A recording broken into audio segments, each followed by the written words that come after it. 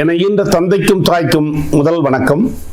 தமிழ்நாட்டிலே தமிழறிந்த அனைவரும் தன் வாழ்க்கையிலே கடைபிடிக்க வேண்டும் என்ற நோக்கத்தோடு வள்ளுவன் தந்த இந்த திருக்குறள் தினம் ஒரு திருக்குறளாக மருதம்நெல்லி டிவியானது ஒளிபரப்பிக் கொண்டிருக்கின்றது.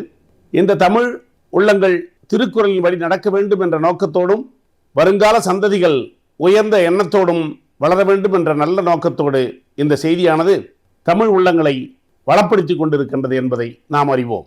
இன்று திருக்குறளில் இறைவாழ்த்திலே 6வது குறளாக விளங்குகின்ற திருக்குறள் பொறிவாயில் ஐந்தவித்தான் பொய்தீர் ஒழுக்க நெறி நின்றார் நீடு வாழ்வார் என்று சொல்லுகின்றார். பொறிவாயில் ஐந்தவித்தான். பொறி என்பது இந்த இடத்திலே ஐம்பொறிகளை குறிக்கும். மனிதனுடைய உடம்பிலே இருக்கின்ற 5 பொறிகள் மெய், வாய், கண், மூக்கு, செவி.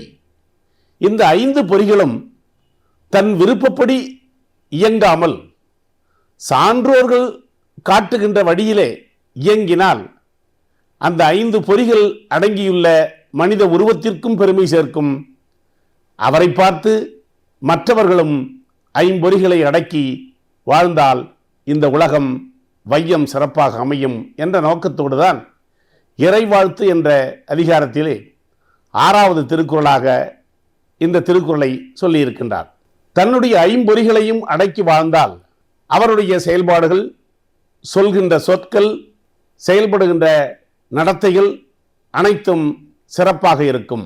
இந்த 5 பொறிகளையும் விருப்பப்படி நிகழ்த்தாமல் நல்ல வழியிலே பார்ப்பது, பேசுவது, உணர்வது, நுகர்வது அனைத்தும் சரியான வழியிலே இந்த 5 பொறிகளை நாம் செலுத்தினோமானால் அந்த 5 பொறிகளுடைய உடம்புக்கு பெருமை கிடைக்கும்.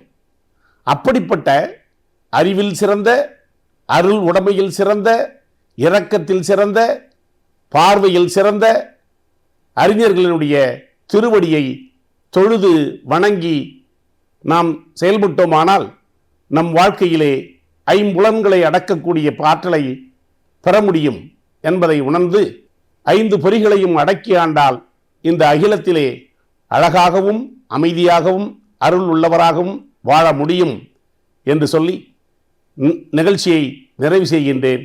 வணக்கம்.